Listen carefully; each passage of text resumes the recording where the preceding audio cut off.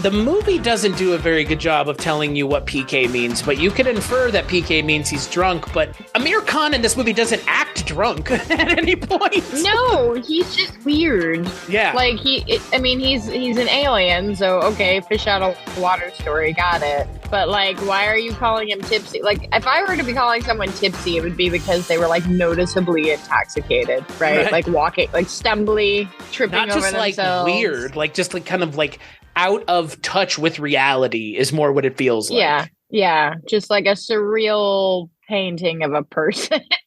He doesn't understand how to be a person because he's not a person in the way that, you know, the humans in the movie are. Right. On this episode of the Kulturecast, I am still your host, Chris Stachiw, much to the chagrin of many, and I'm joined by one of the hosts of the Scary Stories We Tell podcast, a real mensch in my book, the one and only podcaster, filmmaker, human being, Jess Byard. Salve. Learn Hindu. 20 days of Duolingo and I can say hello in Italian. But learning Italian is not going to help you with a Hindu film, though. No, I chose the wrong language. That is true. Right. On this episode of the Kulturecast, we are continuing Indian Cinema Month to coincide with us launching the Bollywood Cinema Club show, a bi-weekly, once every other week show all about just Indian cinema. But we're watching Indian cinema over here at the Kulturecast, and we're going to be talking about a little film from 2014 that made a whole lot of money. 7th highest grossing Indian film of all time. The one and only Aamir Khan starring as, like Jess and I have already mentioned, a little alien in PK.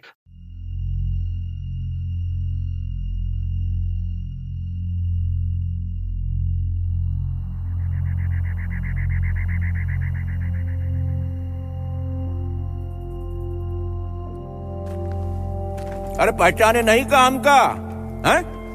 हम पीके हूँ पीके नमूना समझते हो ना? Sample था वो।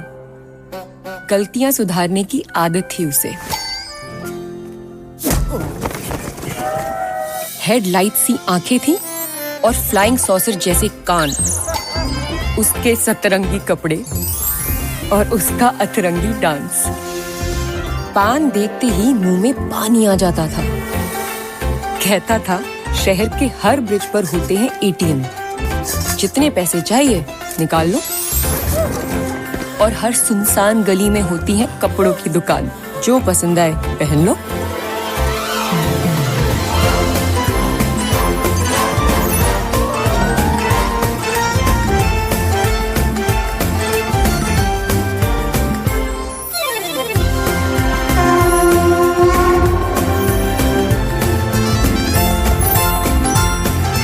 लोगों ने ना उसको समझा ना उसके तरीके।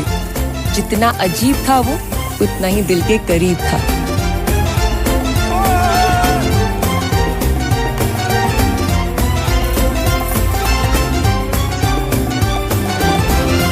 मेरा दोस्त, एक बूंद तक नहीं पी थी उसने, पर नाम था पीके।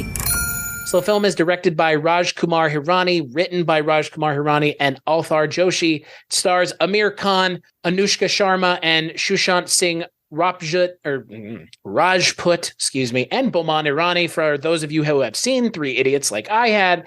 And the film is, yes, all about Aamir Khan as PK, an alien who comes to Earth only to then have his telephone effectively stolen by his remote. Yeah, by a wandering vagrant, and wouldn't you know it, he gets himself into all sorts of fish out of water adventures, including a rather extended musing on organized religion, which is not at all where I was expecting this movie to go. Rather extended is a very generous way of putting it. It's like the entire third act, and possibly one could even make the case the second act, and you could even make the case the whole movie. Yeah.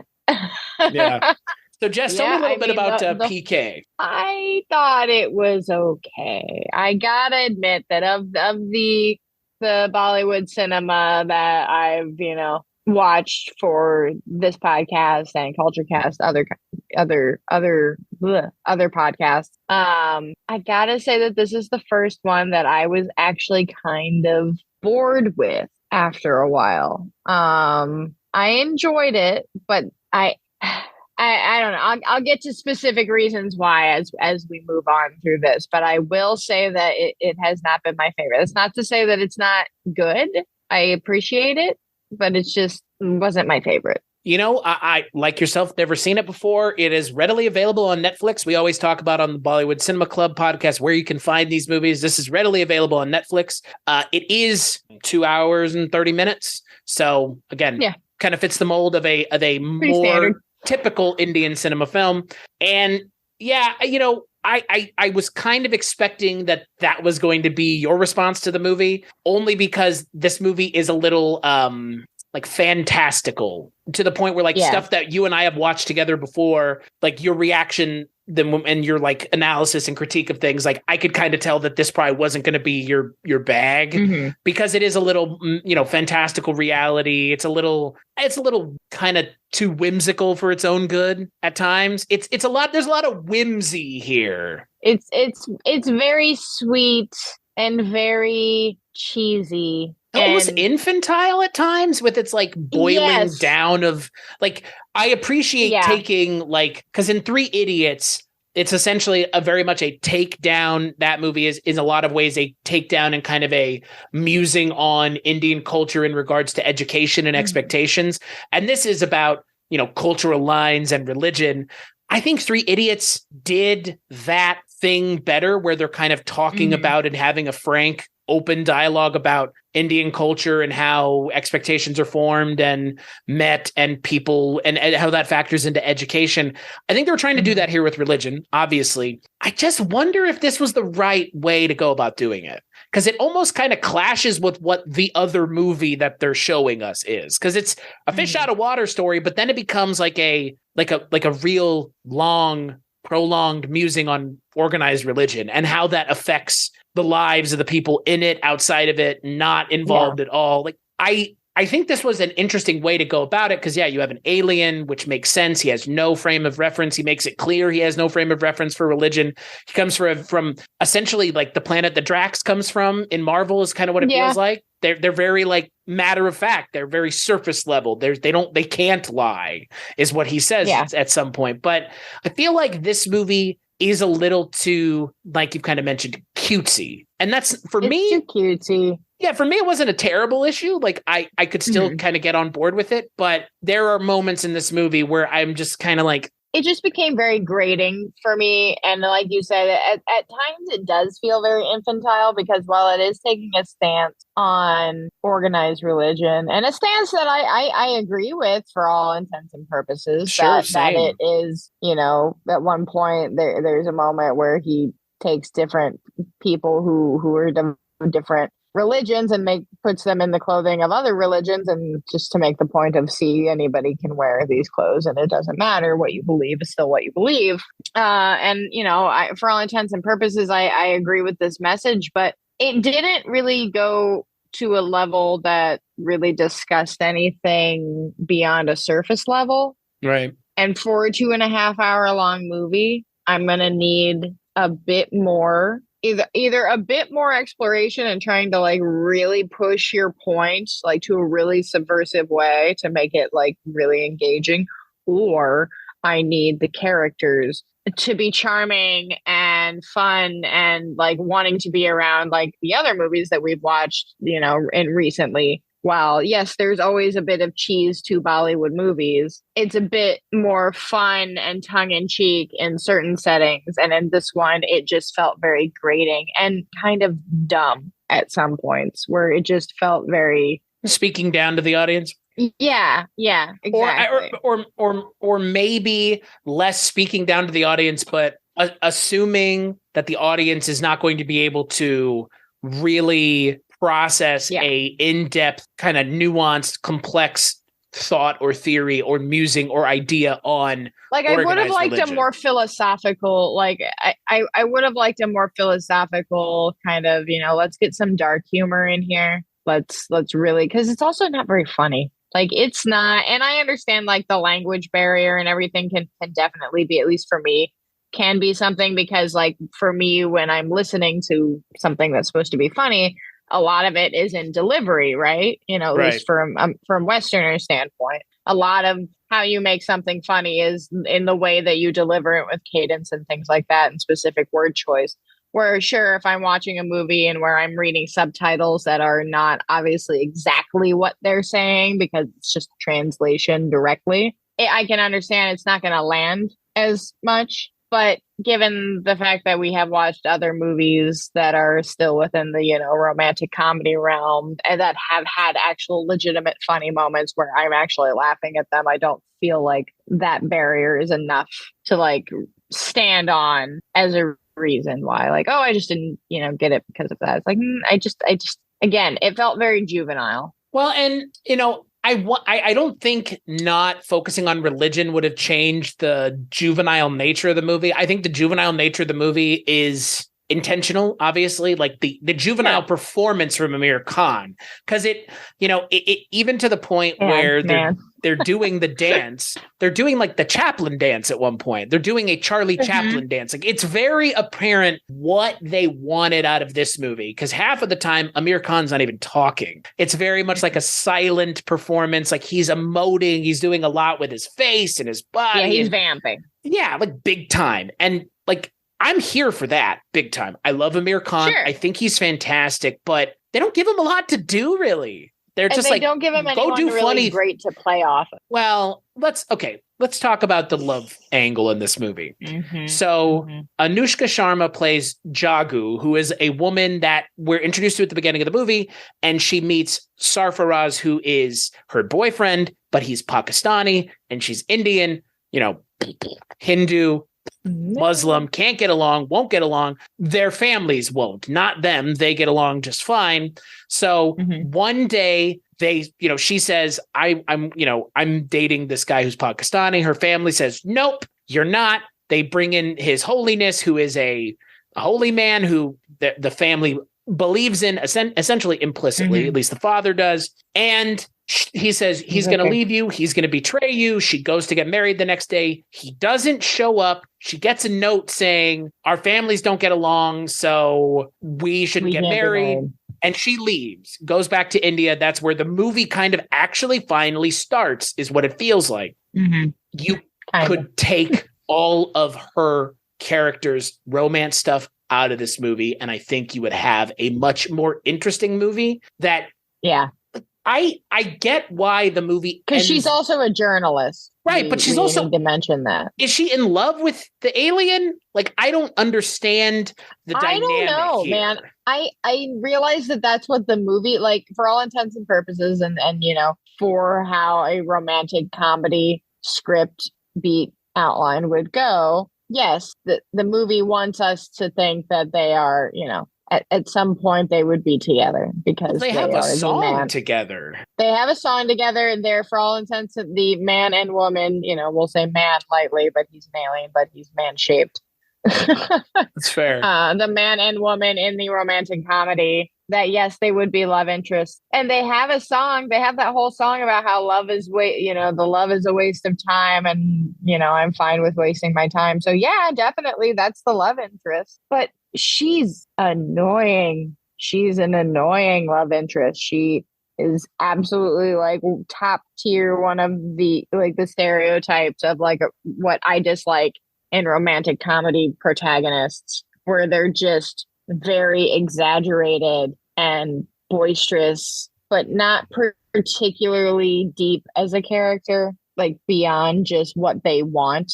There's nothing else past that. And like, she's motivated by the story, getting a good story. Like, that's it. Which is fine. That's screenwriting 101. Your character has a want, and you have to, you know, either fulfill or not fulfill that want. But they also need other things that spawn from that want and make them fully realized characters.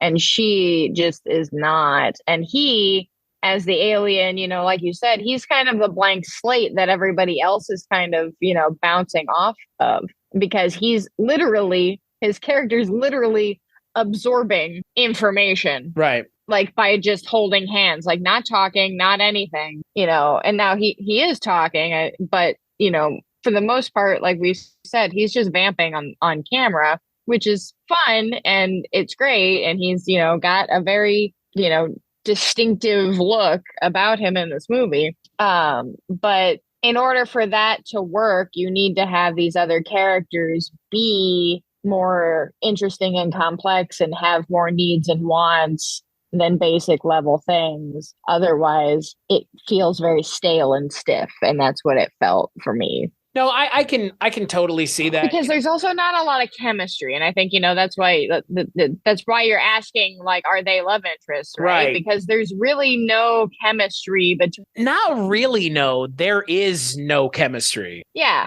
and I don't know if that's an overplaying of maybe on the part of Alien where he's like too detached. And we don't really ever see, he's supposed to have that growth moment, right? And we're supposed to see it in that song where it's like, oh, wait, I'm realizing I'm falling in love with you. But no, there's nothing. There's nothing between them. And yet it's the centerpiece of the entire movie. Mm-hmm. But I would actually contend the parts of the movie that work for me are everything that takes place in the prison cell, which is just a flashback. It's like an hour-long flashback of him telling her all about where he's been and what he did since he landed, because it kind of just goes, he lands, gets his remote stolen, and then we cut away to her for like a half an hour. And then we finally come back to her and him. For no reason. Yeah. And that's the thing about the framing device and the structure of this movie. It would lead you to believe and would try to convince you that Jagu, the female lead of the movie, is as important as PK is, but he's ultimately the main character. And it becomes readily apparent that they just aren't interested in fleshing out her story, because I guess it would get in the way of telling his story, which is why they're not love interests, but then they just have that one song together trying to make us believe that they are. It's like if they had made it that he is picking up on things that aren't there because he's an alien, and they had gone into that and maybe made that part of it like, oh, he doesn't understand the social cues and he's mistaking them because he is an alien, that would have made total sense. But Jagu is not pining for Sarfaraz at all throughout the movie. She has forgotten him to the point where we have forgotten him. He's gone. Yeah, for all intents and purposes, he's gone. You don't see him. Like, we have that half-hour-long setup, which is essentially just there. Which, with a song, arguably the best song in the whole movie. Yeah, it's the least annoying song of the entire movie.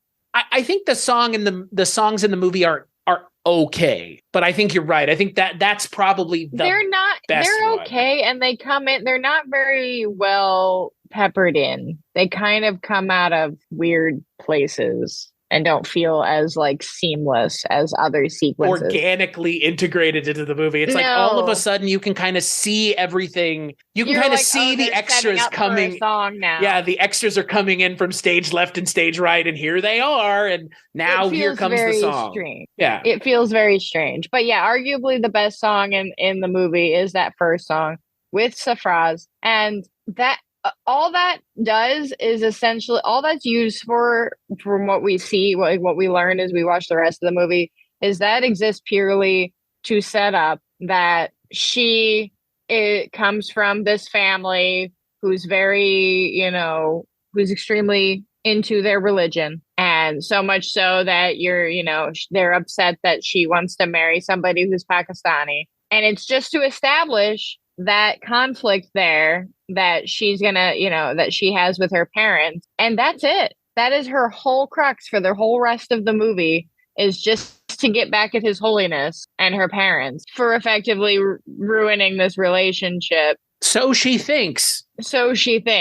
Which I think we all know from coming from a mile of fucking way. We all knew that was not honest to God, that I did not. I honestly was taken aback by that twist, only because it was, I don't know how to say it in a way that doesn't sound mean, but it felt like the most bullshit way to get those characters back together. Oh, it was no. It was someone else who thought that they were supposed to give it to someone who had a thing that you took by accident, and therefore you got the note not meant for you, but the note completely made it sound like it was me. Like, okay, why couldn't she just fucking fall in love with the alien at the end of the movie? Why did you have to bring a character back who hadn't been in 2 hours of this movie to undercut the emotional impact of this movie? Yeah. Like, the movie falls on its face in the last 20 minutes because instead of her and him being together, which again, I don't give a shit who she's with at the end of the movie. I'm talking about from a narrative standpoint, that's the only outcome that makes sense.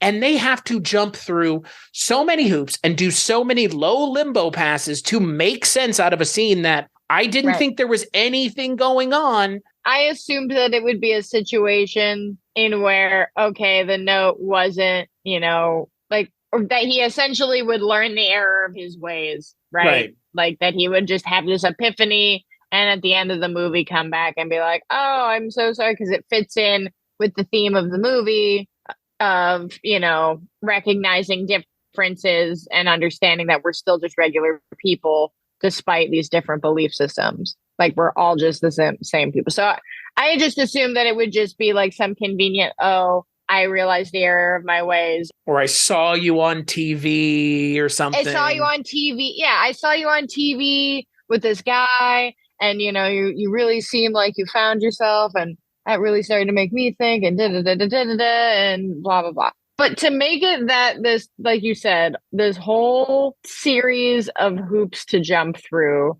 to make this very unbelievable situation. Like, it's like when somebody's telling you a really unbelievable lie and they really, really want you to believe it. And so there's just adding on and on one more little detail after detail just to try and make it seem a little more plausible. And it feels very convoluted and it's unnecessary, and it is just a way to be like, nope, see, we didn't want these two people to actually be the love interest, so bring back the boyfriend. Which feels at times, like I said, kind of idiotic, because it feels like they assume that the audience is so dumb they're just going to buy that cockamamie explanation. Unless the movie's actually much smarter than we are, Chris, and that the wasting time song was a funny haha at the audience, just saying that it was all just their love interest is just a waste of time. They're telling us point blank that it's a waste of time. Yeah, I think you're doing the heavy lifting for the movie. Well, and again, when you have the love interest being set up in the first 10 minutes of the movie and then he leaves, again, as this movie is about Aamir Khan as the alien, that she has to get to him. And so that's why I was like, okay, this is just to set up the theme of the movie. The boyfriend's not coming back because, again, they're just using that as an opportunity to set up the themes, the bigger themes of the movie.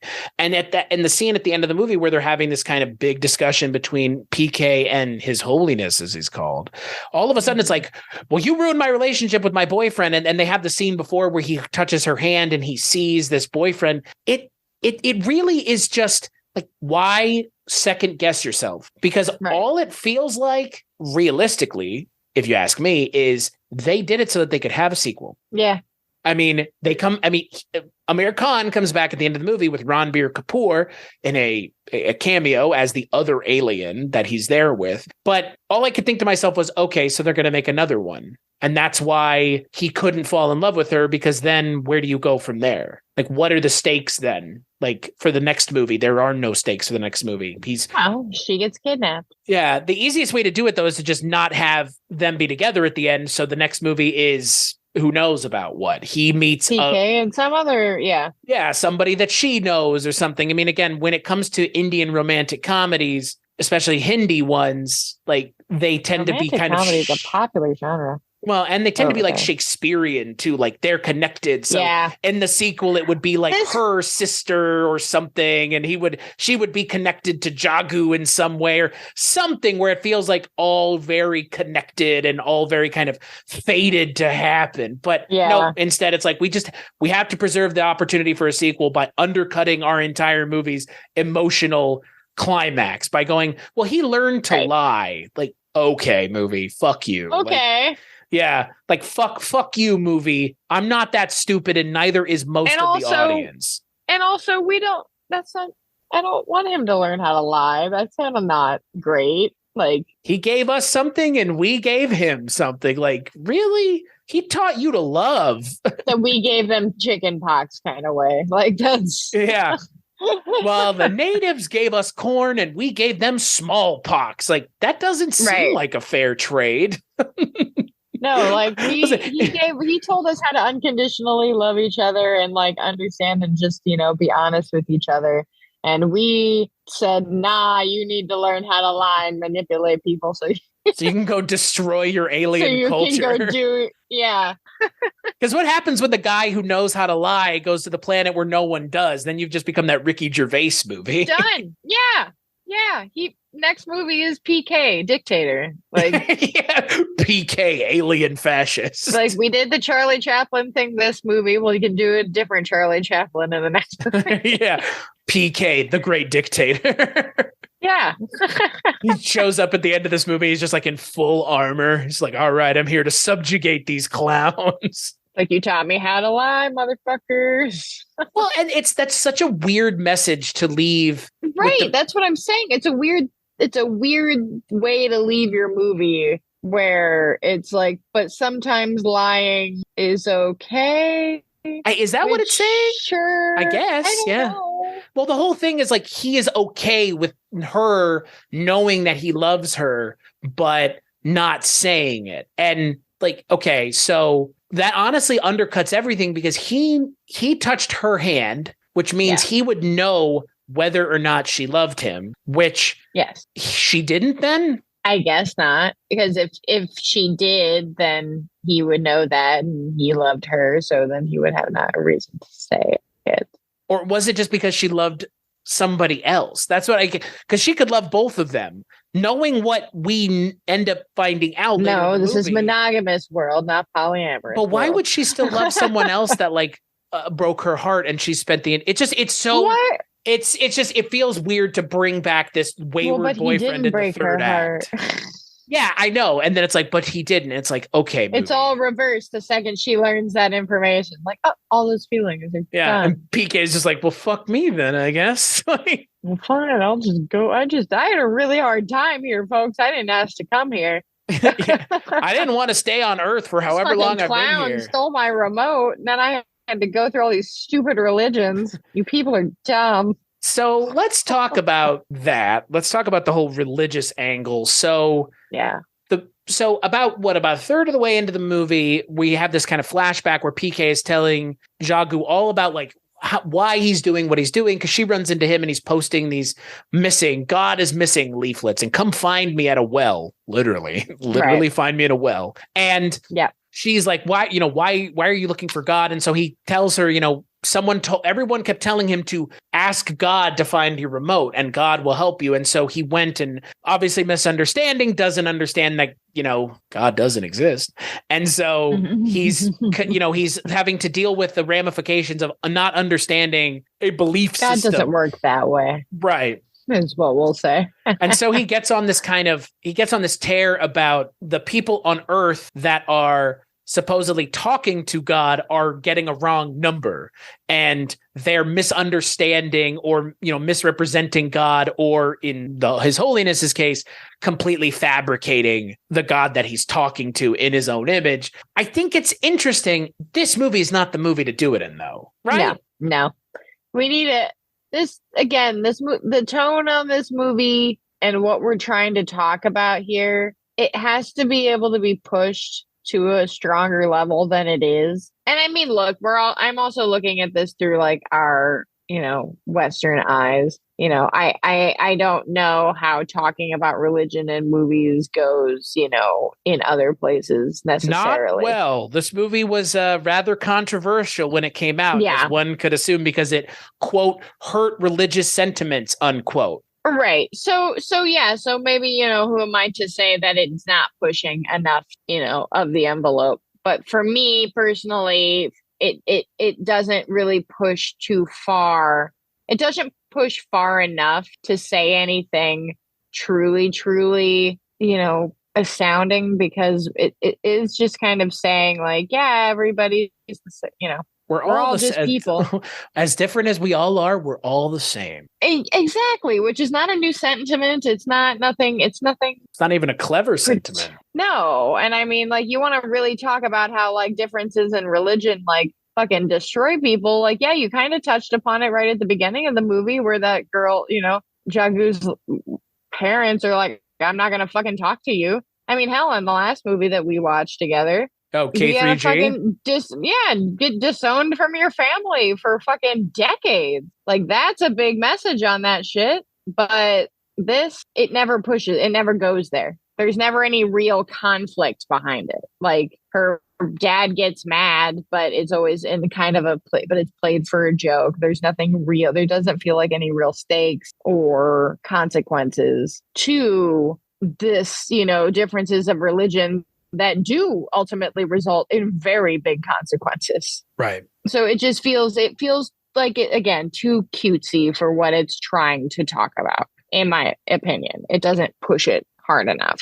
I'm not saying you can't be cutesy when you talk about something serious like religion, but not in a soft way. Like, you got to really go there. Yeah. Well, we're adults, and like this movie's not made for kids, I don't think. Maybe it's made for like a younger audience, but I don't. It's made for a younger audience, but they would totally check out when they're talking about religion and God and all of that. Like, they would totally be on board with all of the kind of Chaplin-esque Buster Keaton slapstick running around mugging and shit that Aamir Khan does in large portions of this movie. But like all the religious stuff and kind of the, gotcha. It's a lot of like gotcha sentiments. Like, what if we're all the same? Gotcha. Like, gotcha statements are the suckiest of them all because they're nothing other than like one person trying to be clever and the other person missing it. Like, yeah. And I'm pandering. I would say it's a number of, and again, infantile, juvenile, that comes to mind when you talk about gotcha statements, right? Like,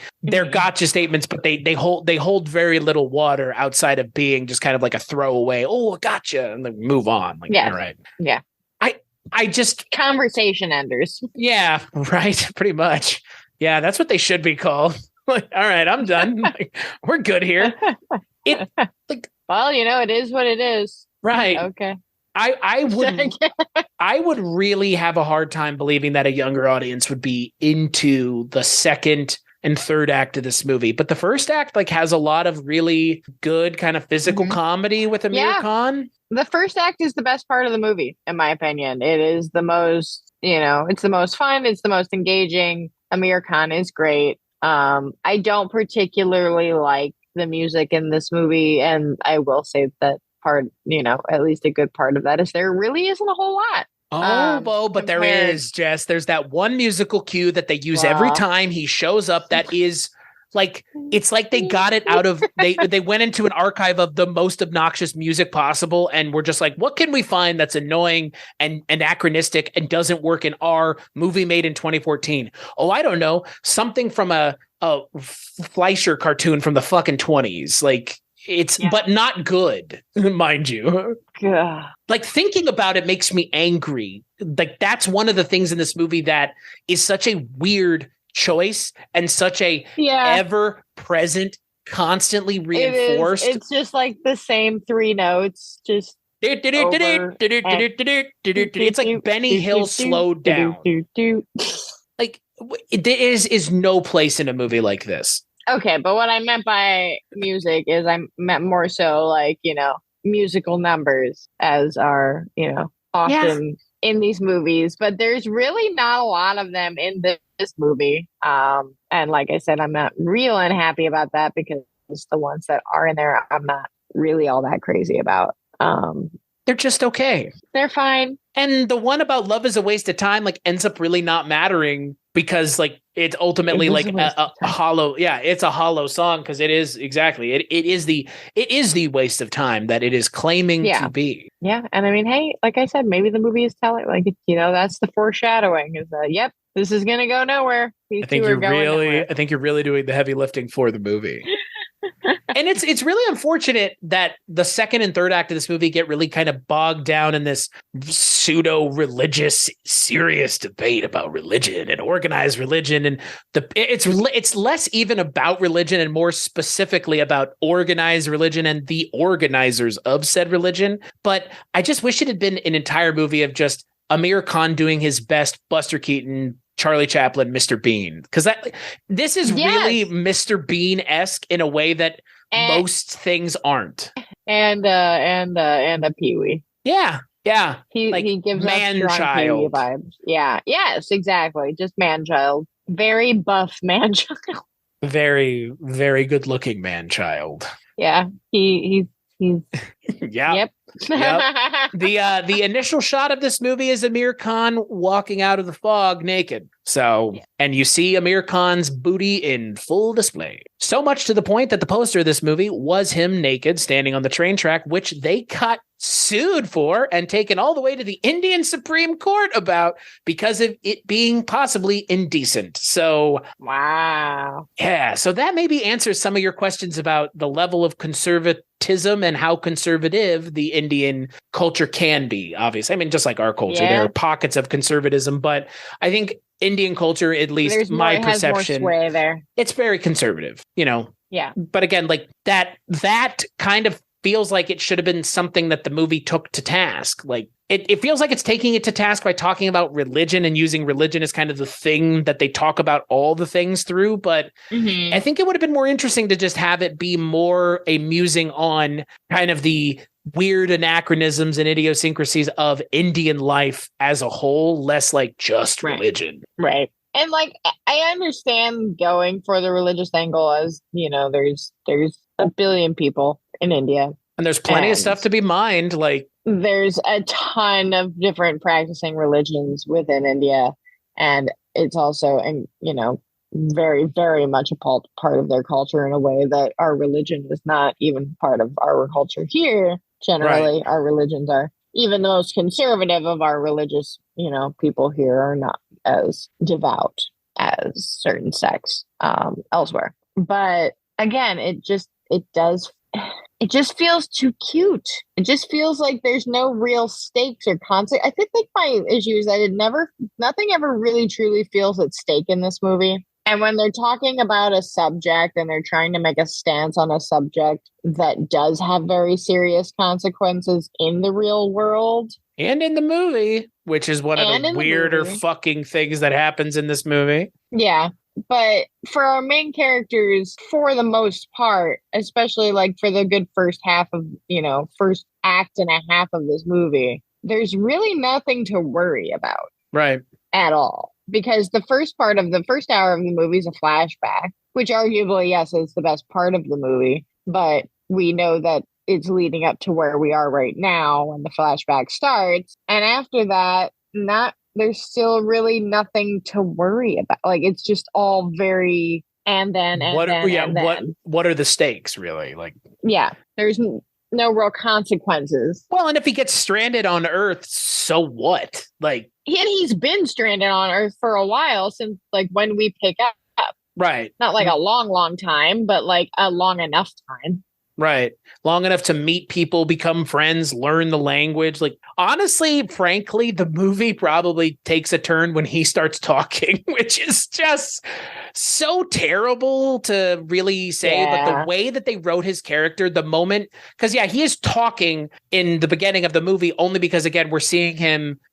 We see the flashback when he can't talk after we hear him talking. But when it goes back to him being mute, like we see him at the beginning of the movie, he has to be emotive and really carry the bulk of the movie because he is the focus. He is the main character in those scenes where it's just him and all these other ancillary characters. Why they watched that and said, we need to do more than this.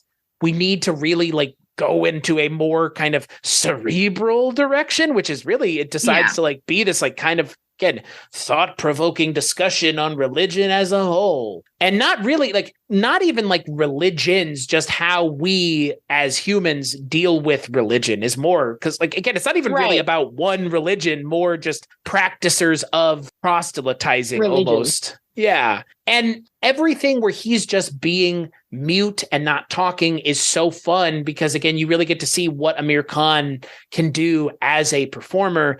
And then he opens his mouth. And I know Aamir Khan is a charismatic actor, unlike very few other actors working. But they give him this weird thing where he has to act and chew betel nuts like pan. He is eating pan. They had a panwala on set. He was having to eat 10 to 15 of those at a time to get that mouth to look right.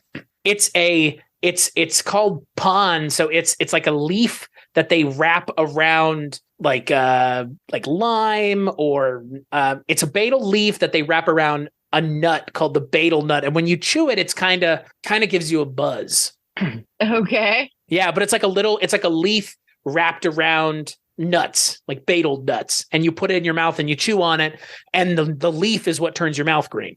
You can go to any Asian or Indian grocery store and they sell them pre-made in a container, and you could just buy them and eat them. Huh. And so it's just to keep his mouth green? But it's a minor stimulant. It dyes your mouth red, but it's like red. That's why his lips are so crazy. But it's a mild psychoactive. So he's like half high during the movie. Also, he said he had to eat about 10,000 of them during the movie. So Jesus, yeah, that can't be good.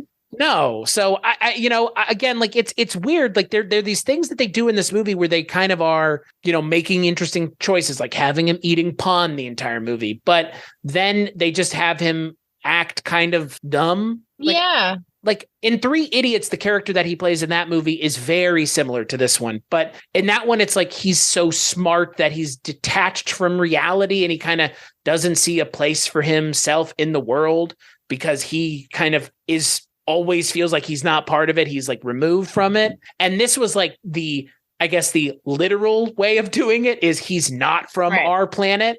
And I think when it's just he's weird but still human, I think that works better. I think literally making him an alien may be a step too far if you're trying to make him an alien but also have something to say about terrestrial problems. Because it's clever to have an alien comment on human problems, but when you don't have anything to say, no, it's not. Well, and especially because I don't really understand the rules to how he learns things. Like, I know it's that they hold hands and he can read minds and understand things, and he has gained knowledge of the world, obviously, and of the world's religion. So he's absorbing other information when he's doing that, but he's not absorbing like human social cues. Right. And nuances and other understandings of things. So, and it's obviously all very convenient to keep the fish out of water, feeling going because, he needs to be so kooky and weird and goofy. So, he's an alien and not from here. But he doesn't really ever, other than the whole, I guess, learning to withhold truth is what we'll call it. He doesn't really grow or evolve much past where we pick up in the jail cell, right? I would agree. Like all of his evolution as a character is done effectively, so what I've gathered from Bollywood movies and what we've watched is that the first half of the movie is usually where American movies wouldn't even touch. Right, like that's all the stuff that happened before the movie started. Be normally like a dialogue, like this happened before, or like it's like a 2-minute flashback. Things that you would pick up through, various dialogue pieces, or maybe smaller flashbacks, or even not at all. Like it's just stuff that doesn't matter. But from what at least movies that we've watched recently, I've gathered is that's kind of how the structure tends to go with Bollywood screenplays. And it's fine. Honestly, it's great because like I said, in the last few that we watched, that style really helps bond you with the characters over time because it's keeping you there a lot longer throughout a lot more stuff and a lot more, emotional growth than other movies would. But in this one, we have all of this growth. We have this essential, budding of growth that happens in this first act. And then it just kind of stops. And so neither of the lead characters really change all that much from where we meet them at the beginning. Yeah. And I think that takes away a lot of like the ability to like kind of like emotionally hit that bond like we have with characters in other movies, which makes this feel, all the more longer because you're not feeling as, attached to these people and caring about what's happening to them, emotionally and inner turmoil way because there's nothing happening. Yeah. They're just remaining the same until the movie ends. Because, like you said, there's there could be a sequel. Well, and Rajkumar Hirani has said that there will be, and I mean, including Ranbir Kapoor, the actor opposite Aamir Khan at the end of the movie, is now what I would probably the closest equivalent would be like he's the equivalent of Chris Evans now for a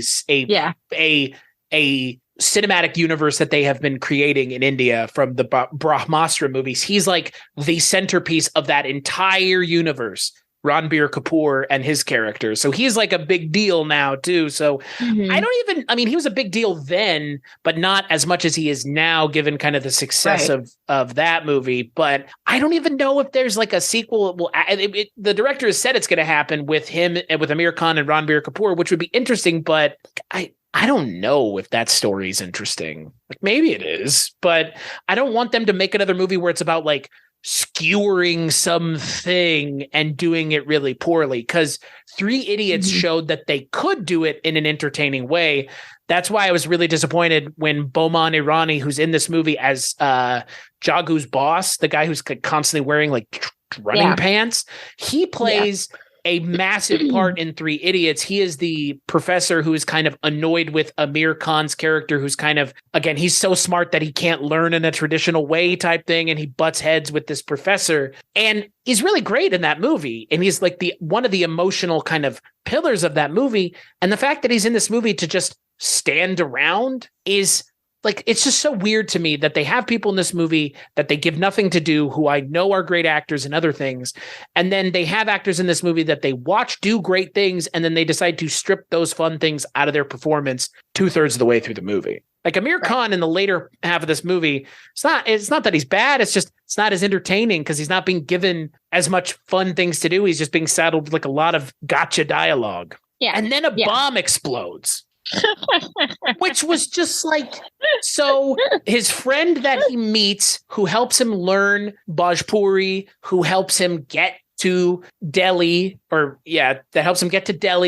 helps him out, who ends up finding the guy who stole his necklace that would help him get home, is coming to Delhi to help him prove that His Holiness, who bought the medallion but claimed it was from God, was lying, gets blown up and murdered by terrorists, Muslim terrorists. Yep. What the actual fuck? I was like, I thought that it was like a dream sequence or something. It felt so out of left field. Yeah. I was just sitting there and I was hitting, I was well beyond the point where I'm like, all right, can we just get to the, inevitable end here of whatever this is going to be? And that happened. And I'm like, oh no. This is how they're going to choose to do the chat. This is how they're going to challenge the belief system of the religions now. Well, I was wondering, like, what is the point of having that scene? Because it ultimately, like, it feels like they wanted to have something to say about violence and religion and how one can kind of foment the other. And they're just like, well, I was a Muslim terrorist. That's it. Right. Yeah. Yeah. Weird optics for a movie that was made in India. They keep going, they just get to right at the edge of a place where they could make a big ass statement about something, and they just kind of just nudge it a little and run the opposite direction, which, I mean, I guess fair considering, the backlash and whatever that they received for this movie. Penalties for things like this, I don't know what it would be. So, I don't know that I necessarily would be wanting to push the system too much either. But if you are going to do it at all, go hard. Really do it. Yeah.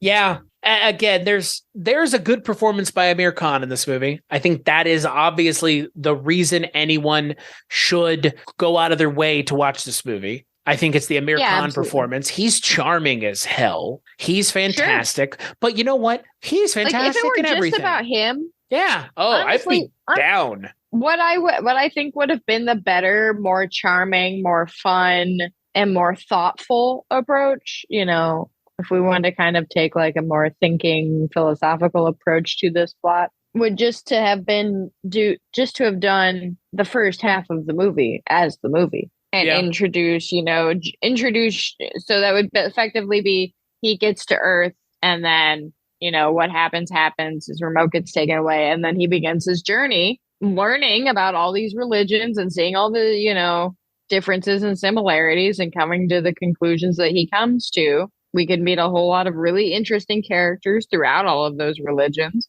and then we can meet Jagu midpoint in the second act and have her already be in the midst of this issue that she's having with her problem with her family and her fiance and all of this stuff, and link it up there with his holiness and that whole situation, and still include that. I think that it would have just been a better movie that way.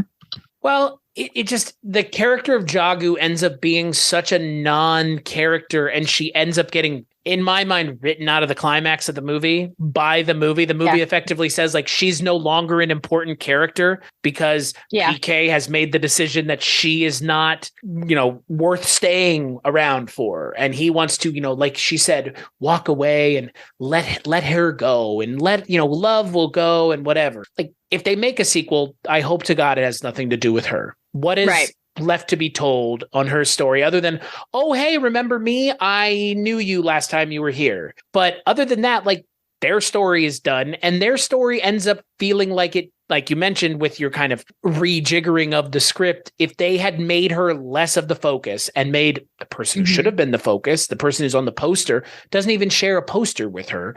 Aamir Khan should have been the focus. It should have been an Aamir Khan performance for the ages, which there are flashes of that. It is very Buster Keaton, Charlie Chaplin. Like we've already said, there's a lot of physical comedy and emoting and mugging and vamping, like you've said, that Aamir Khan does have to do. And he does it with a level of expertise that only comes with being a really fantastic actor.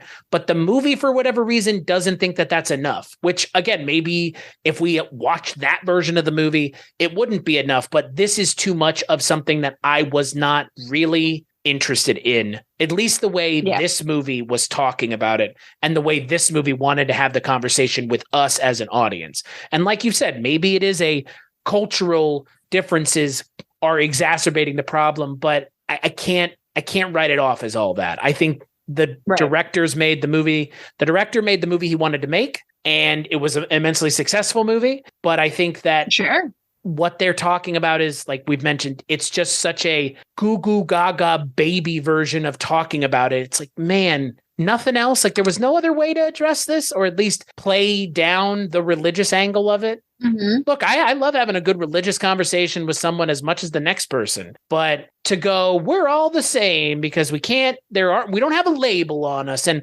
all it is the clothes that we wear. Like, yes. How astute of you. Yeah, wow. Is that going to change? It's a very, very idealistic, black and white want to want to believe everyone can just be like, oh, can't we all just get along? It's just, oh, he wears something on his head, and she wears something that covers her face, and that guy wears something black with a collar in it. But really, we're all just people under that. Wow. Like, no. Like, what motivational poster is that you hang up in your, locker room? Like, that's like telling a depressed person, have you just tried to, not smiling? Be depressed? Like, have you just tried doing something you enjoy doing? That'll make you happy. Well, it is. It's a very sweet, but ultimately very dumb, nothing stance on something that really does have very serious consequences, as we see in this movie with the bombing. The random bombing, just cause. That also, like we said, doesn't really get a lot of talk. They literally go, it was Muslim terrorists, that's it. And oh, your friend died. And your friend died. It's all, and that what's crazy is they use that as the reason to bring back the boyfriend, because they can't prove anymore that he bought it. So now they have to figure out another way to do it, which is the boyfriend, not, him just going and holding the hand of somebody in the audience and telling them things that he couldn't know. Without a shadow of a doubt, he couldn't know. And honestly, I just want to point this out. When she calls the Pakistani embassy and she's like, hey, I'm Jagu, I've been looking for Sarfaraz for however long. They're like, hold on, we've got him. Like, man, he put in no effort. He put in no effort to find her, huh? It's 2014, let's just call it, because this is the year the movie got made. Facebook exists. Twitter exists, social media. This is not, this movie almost feels like in a lot of ways like it exists in the 90s too. Because like they would have been able to find each other. Like we're farther along in 2014 than this movie thinks we are. Yeah, nobody's making that kind of oops and that then finding that person on the internet. Right. Like you don't leave a note on your wedding day and your fiance not be looking up your ass like, to be like, what the fuck? Going to where you lived or anything, just being like, okay, yeah, I must, like, again, it's like, it's the joke that I always say, like, most of the episodes of Seinfeld wouldn't even work anymore because if they had cell phones, like, all problems are solved. Yeah. Yeah. I can't get a hold of Jerry. Like, just whip out your cell phone and call him, dipshit. Like, there you go. Right. Are they going to be on time for the movie? I don't know. Just call them. You have a cell phone. Just call them. Text them. They have the time. They must not have been in that much of love if they're okay with just a letter being enough. Like that really, like, if you really just boil it down to it, like what romance is there when the two people were okay walking away off of a fucking note with no personalization on it? A pure note, just a note being like, hey, I can't do this. Bye. Hey, I realize that we've nothing I've said or done has indicated that this up to this point, but it turns out it's a problem for me. Yeah. And they haven't even had like he didn't have an interaction with her family to make him think that they didn't like him either. No. Yeah. Yeah. It's a fun alien movie with this weird religious side plot, like kind of side loaded into it that takes over everything. I would love to see a movie that's just Aamir Khan just walking around and just like a Buildings Roman type thing where he's just like a road movie. He's just walking around, like you said, meeting new people, experiencing learning stuff. Yeah. Like where is that movie and why was that not enough? Because this was way too much of something that I and yourself clearly were not a fan of. So final thoughts on PK, Jess. I mean, yeah, it's fine. It's fine. I don't know. I honestly don't think I can recommend this one. Just because for what it has, it's too long for the very small sentiment that it has to say, in my opinion. Now, granted, it is the 7th most, popular money-making movie in India. So who am I to say? I guess. But for me, it didn't work. I'm with you to an extent. Again, I think Aamir Khan's performance kind of saves it for me, seemingly maybe a little bit more than it did for you. So I mean, I would definitely suggest checking it out if you're a fan of Aamir Khan. Just know that second and third act, Aamir Khan kind of gets lost in his own movie and then doesn't get an emotional resolution to anything. Payoff, yeah. He's just worse off at the end of the movie than he was at the beginning. Yeah. Really what we're being told. So it's just, for me, the promise of what this movie was, it delivered about 30% of my expectations. The rest was just this, religion and organized religion is so bad and blah, blah, blah. It's like, no shit. Like, yes. Right. Yes, it is. Thank you, movie. Like, can we go on to something else now? Do you have anything else to say? You want to talk about how maybe, like, what do we want to, why is it bad? Right. Can you show us and expound upon those things? How about what can we do about it? How can we talk about it? No? Okay. No, it's just bad. Okay. And also, why did no one say, oh, so now that they're all talking about the wrong numbers, they essentially view you as God and they're like following you as a religion effectively, like by doing what he did, right? Like they're following his cult of personality. So yeah. Well, I mean, that's really what His Holiness fucking stuff felt like. Like I don't know how any of that, the kind of religion works. I don't know. Like he's a guru. He's a guru. But it feels very, and it feels very culty, at least in the way this movie portrays it. It is. He's a god man, is what it's called. Yeah. So. But that's what he would have become. That's what PK would have become if he had just stuck around. That's effectively what he was. Yeah. Right. Yeah. Yeah. The optics of the movie are strange.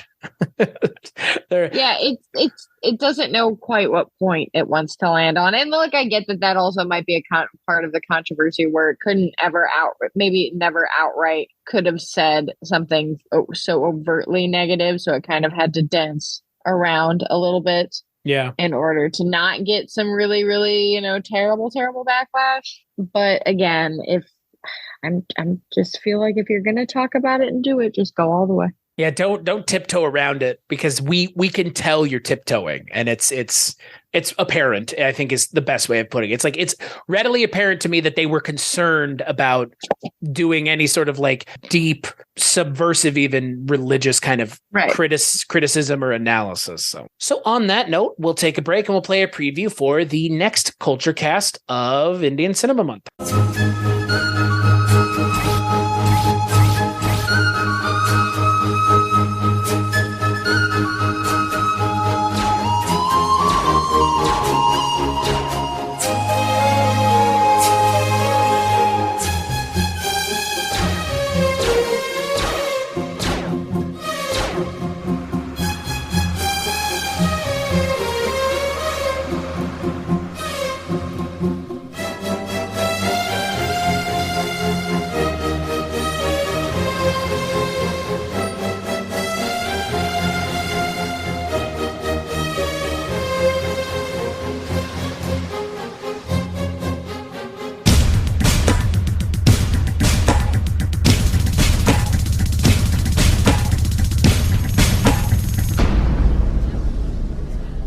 So in the next Culture Cast, we're going to be talking about Moondram Pirai, which is a silent Indian cinema film from the 80s. So there you go. I'm looking forward to it. We're going to be joined by the one and only, the man among men, Mr. Mike White of the Projection Booth will be joining us. So that's always a welcome addition to the show to have Mr. Mike White over here talking Indian cinema.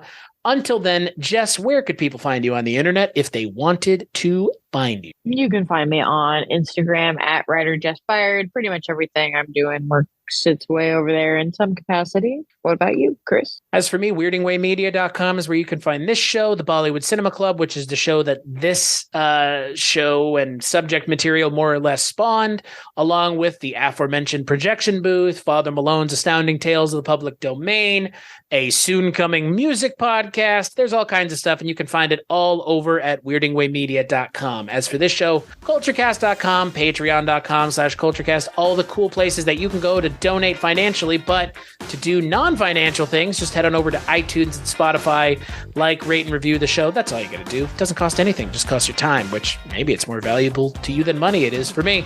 Jess, thank you so much for joining me. This has been fun, even if the movie was, little disappointing. It was all right. It was fine. And we'll catch you on the next episode.